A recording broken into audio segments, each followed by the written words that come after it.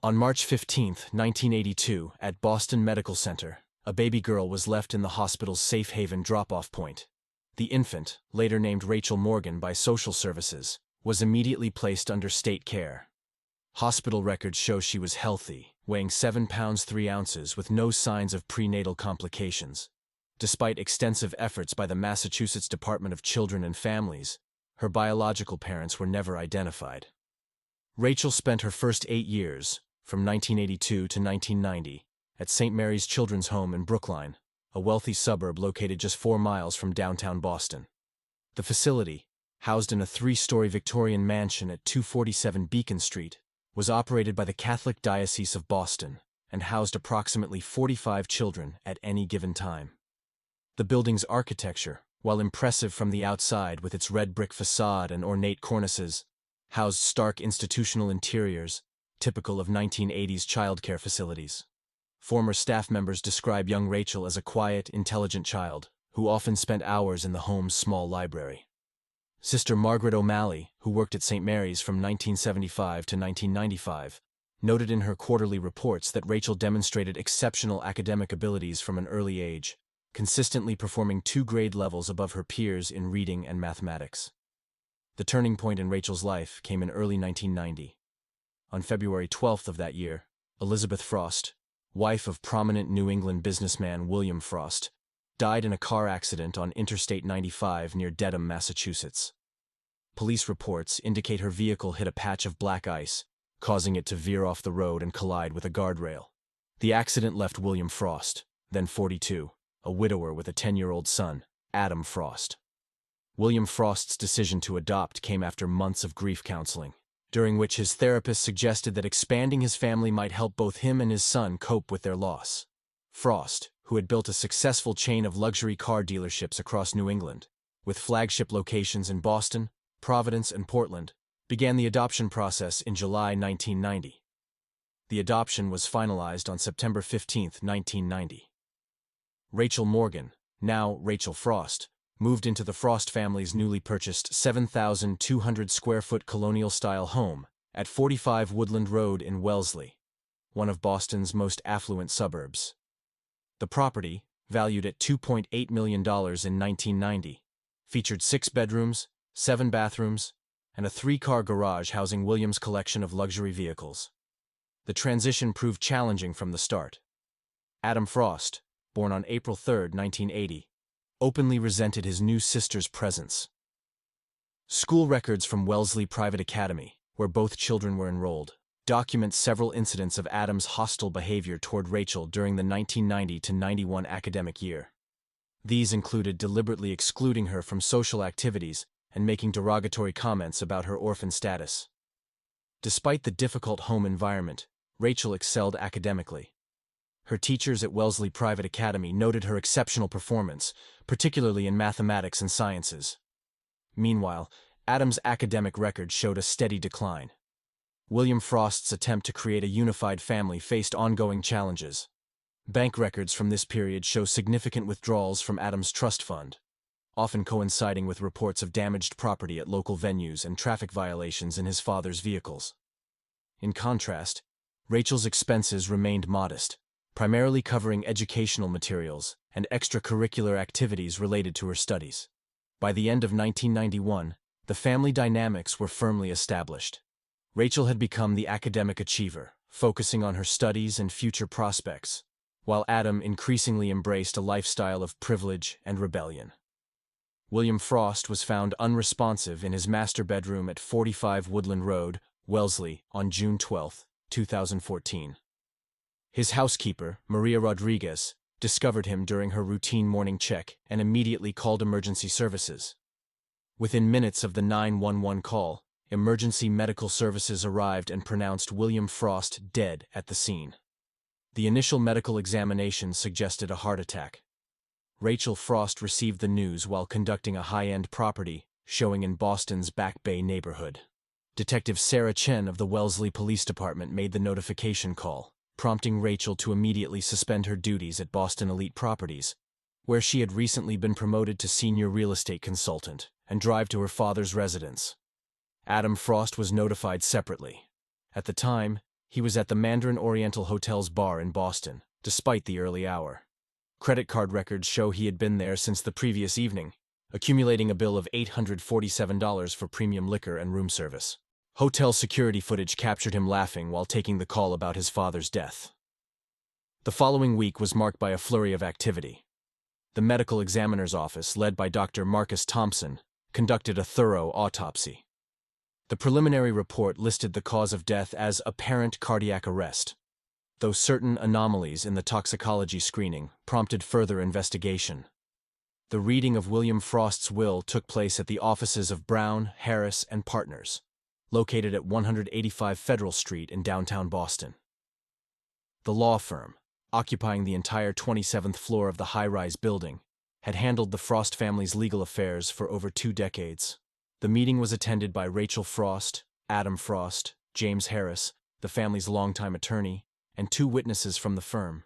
Security camera footage from the law office lobby shows Adam Frost arriving wearing an expensive but rumpled Armani suit, exhibiting signs of intoxication. Rachel arrived shortly after, dressed professionally in business attire. The conference room video feed captured Adam's demeanor throughout the meeting, initially smirking and checking his phone, clearly expecting to be named the primary beneficiary. James Harris, a senior partner with 35 years of legal experience, began the proceedings by confirming William Frost's last will and testament had been properly executed on April 3, 2014, just 10 weeks before his death. The document had been witnessed by 2 partners of the firm and properly notarized. Bank statements presented during the reading revealed William Frost's substantial estate, which included the Wellesley family home appraised at $1.8 million, liquid assets totaling $900,000, an investment portfolio worth $400,000, and personal property, including luxury vehicles valued at $100,000. The room fell silent as Harris read the critical portion of the will.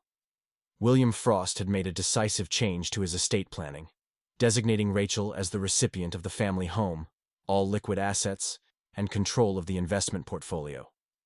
Adam's inheritance was limited to 2 vehicles from his father's collection, a 2013 Porsche 911 and a 1967 Chevrolet Corvette. Security footage shows Adam's expression transforming from smugness to shock, then rage. He erupted in a profanity-laden tirade, knocking over a crystal water pitcher and threatening legal action. Office security was called to the conference room, though they were not required to intervene as Adam stormed out moments later. Rachel remained composed throughout the incident, accepting the documents with visible emotion, but maintaining professional demeanor.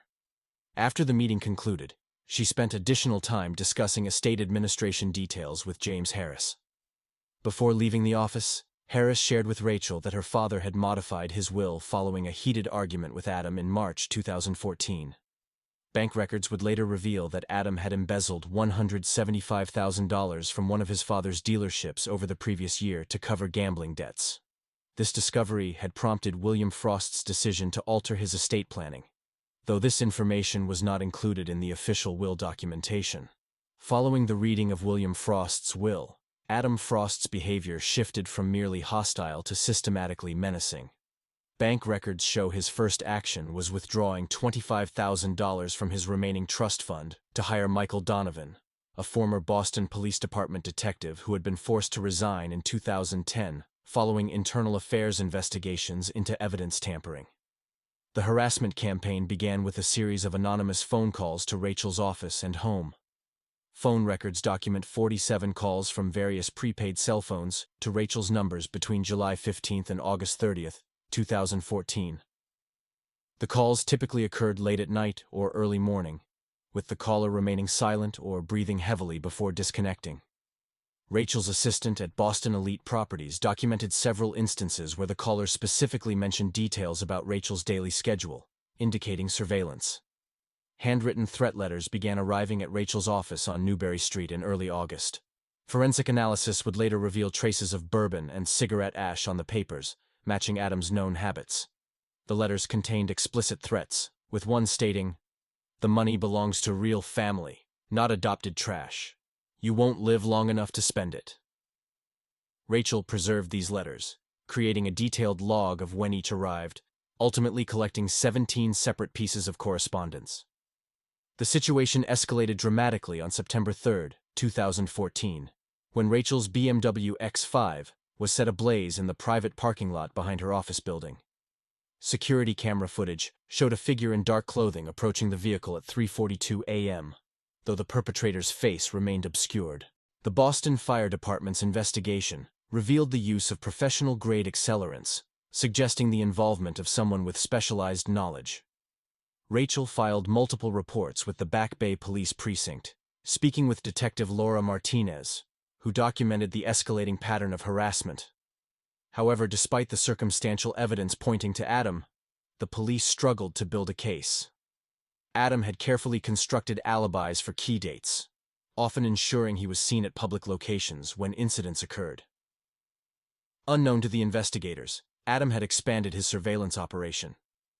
Michael Donovan had assembled a team of 3 other former law enforcement officers with questionable records. Cell tower data would later show their vehicles consistently tracking Rachel's movements throughout the greater Boston area. They monitored her meetings with clients, her weekly therapy sessions at the Longwood Medical Area, and even her grocery shopping trips to Whole Foods Market on River Street. The surveillance team maintained detailed logs of Rachel's activities, which were recovered during the subsequent investigation. These documents revealed alarming levels of detail, including conversations overheard through illegal listening devices planted in her office and car. The team had also photographed Rachel's interactions with friends, business associates, and her regular visits to her father's grave at Mount Auburn Cemetery. During this period, Rachel took increasing precautions. She installed a comprehensive security system in her Beacon Hill brownstone, contracted a security service for her office, and began varying her daily routines. Her personal diary, later recovered by investigators, revealed the psychological toll of constant surveillance. She wrote, "I feel eyes on me everywhere. The inheritance that should have provided security has brought only fear and isolation." The Boston Police Department's investigation faced significant obstacles. Adam maintained a careful public presence, often being seen at high-profile social events and charity functions. He cultivated relationships with several senior police officials, making subtle suggestions about Rachel's mental state and implying she was paranoid. His carefully crafted persona as a grieving son concerned about his troubled adopted sister gained traction in certain social circles. Financial records from this period show Adam's methodical approach to his harassment campaign.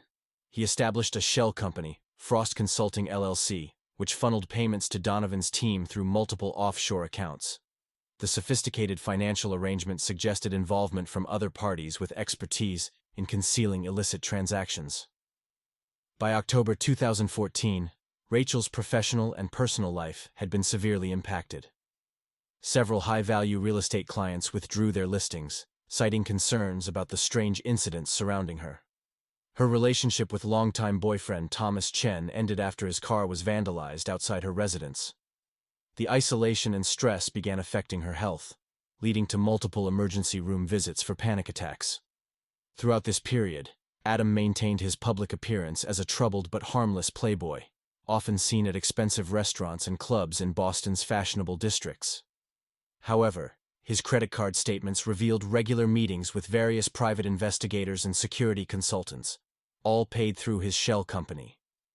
The investigation into William Frost's death took an unexpected turn when Maria Rodriguez, the Frost family's housekeeper of 15 years, came forward with crucial information. During her interview with Detective Gabriella Woodley at the Wellesley Police Department, Rodriguez revealed overhearing a conversation between Adam Frost and an unidentified male visitor in the garden pavilion of the Frost estate, 7 days before William's death. According to Rodriguez's sworn statement, the stranger spoke with a distinctive Southern accent and discussed making it look natural and leaving no traces. She described the man as approximately 6 feet 2 inches tall, military-style haircut, with a prominent scar on his right forearm. Rodriguez, who had been pruning hydrangeas near the pavilion, also noted the visitor carried a black briefcase with brass corners and wore military-style boots. Detective Woodley's investigation uncovered suspicious financial activity in Adam Frost's accounts. Bank records showed a withdrawal of $50,000 in cash from his personal account at the Cambridge Savings Bank branch on Beacon Street, just 2 days before his father's death. Security footage from the bank showed Adam appearing agitated while making the withdrawal, breaking from his usual composed demeanor when handling financial transactions. Further examination of William Frost's medical records revealed anomalies that had been initially overlooked. Dr. Marcus Thompson, the medical examiner, discovered trace amounts of succinylcholine in the toxicology screening, a muscle relaxant commonly used in hospital settings that can simulate cardiac arrest. This discovery prompted the medical examiner's office to revise the cause of death from natural causes to suspected homicide. The investigation team identified the mysterious visitor as Trevor Higgins, a former Marine Corps Force reconnaissance operator with a history of private security work. Records showed Higgins had been dishonorably discharged in 2010 following an incident in Afghanistan that remained heavily redacted in available documentation. His cell phone records placed him in the Boston area during the week before William Frost's death, and his credit card was used at a motel in Framingham, just 15 miles from the Frost estate. Detective Woodley's team also uncovered a series of encrypted emails between Adam Frost and an account traced to a cybercafe in Miami, where Higgins maintained a residence.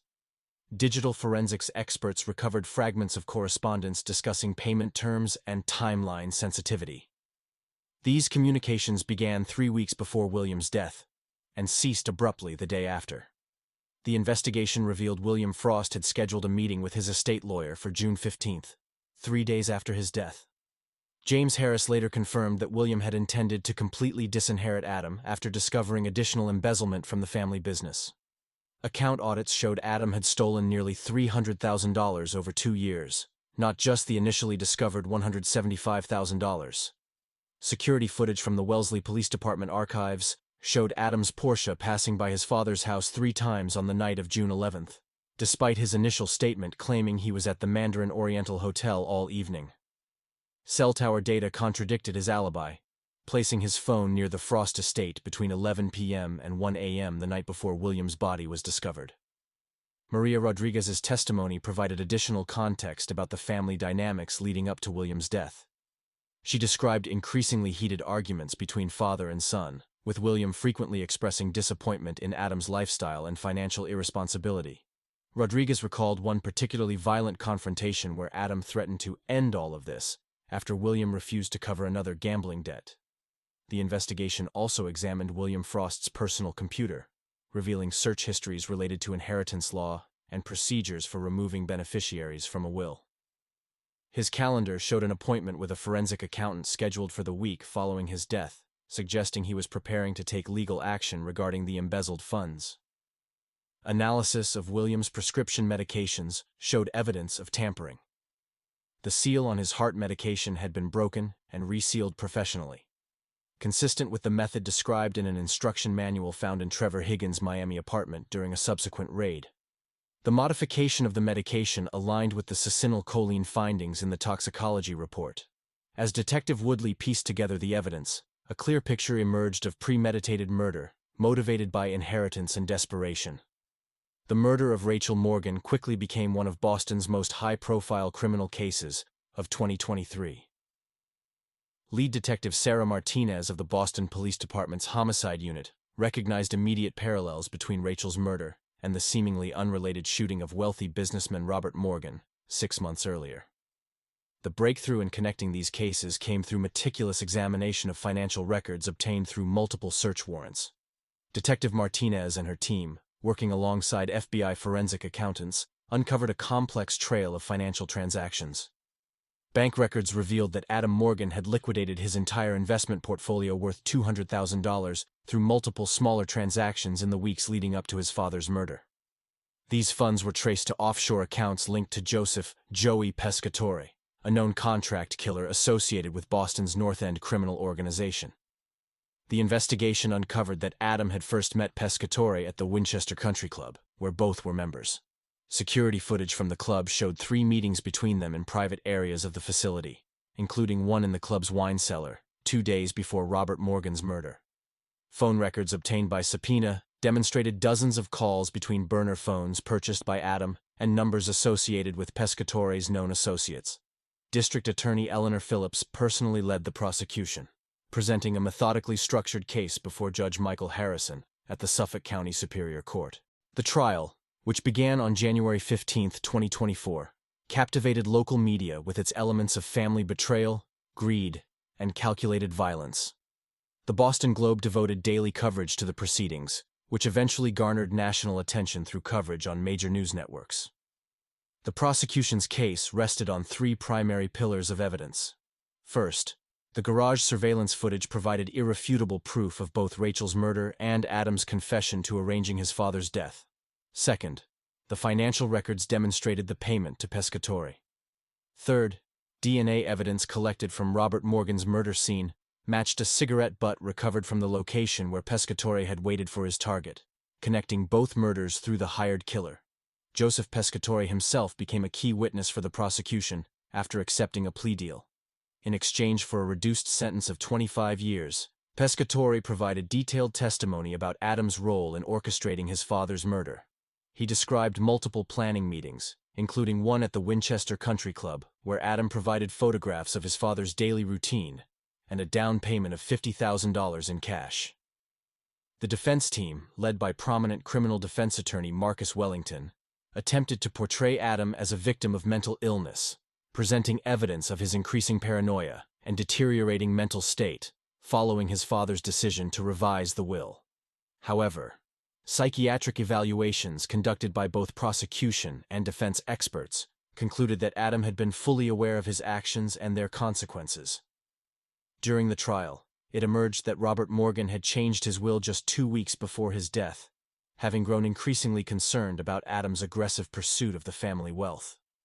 The modification left the bulk of the estate to Rachel, whom Robert had described in private correspondence with his attorney as the only one of my children who cares more about family than fortune. Adam, unaware of this change, had orchestrated his father's murder, believing he would inherit the entire estate as the sole male heir. The jury deliberated for merely 4 hours before returning with unanimous guilty verdicts on all counts. 2 charges of first-degree murder, 1 count of conspiracy to commit murder, and 1 count of illegal possession of a firearm during the commission of a felony. Judge Harrison, noting the calculated nature of both murders and Adam's complete lack of remorse, imposed the maximum sentence allowable under Massachusetts law. On March 8, 2024, Adam Morgan was sentenced to 2 consecutive life terms without the possibility of parole at the Massachusetts Correctional Institution, Cedar Junction, the state's maximum security prison. During his sentencing hearing, he remained stoic, declining his right to make a final statement to the court. Rachel's closest friend, Lisa Chen, delivered a powerful victim impact statement, describing how Rachel had spent her final weeks trying to repair the family relationships, despite Adam's increasingly hostile behavior. On the rainy evening of Friday, October 13, 2023, Rachel Morgan was returning from a crucial meeting with her attorney, James Patterson, at Patterson & Associates in downtown Boston. The meeting had centered on finalizing the complex details of her father's estate, which was valued at approximately $28.4 million. The distribution of assets had created significant tension within the Morgan family, particularly with her adoptive brother Adam, who had been increasingly hostile since the reading of the will 3 weeks prior. The residences at 500 Atlantic Avenue stood as one of Boston's most prestigious addresses, its underground parking garage equipped with state-of-the-art security systems, including high-definition cameras with audio capabilities and acoustic gunshot detection. Rachel owned a luxury condominium on the 18th floor, a property purchased for her by their father just months before his death.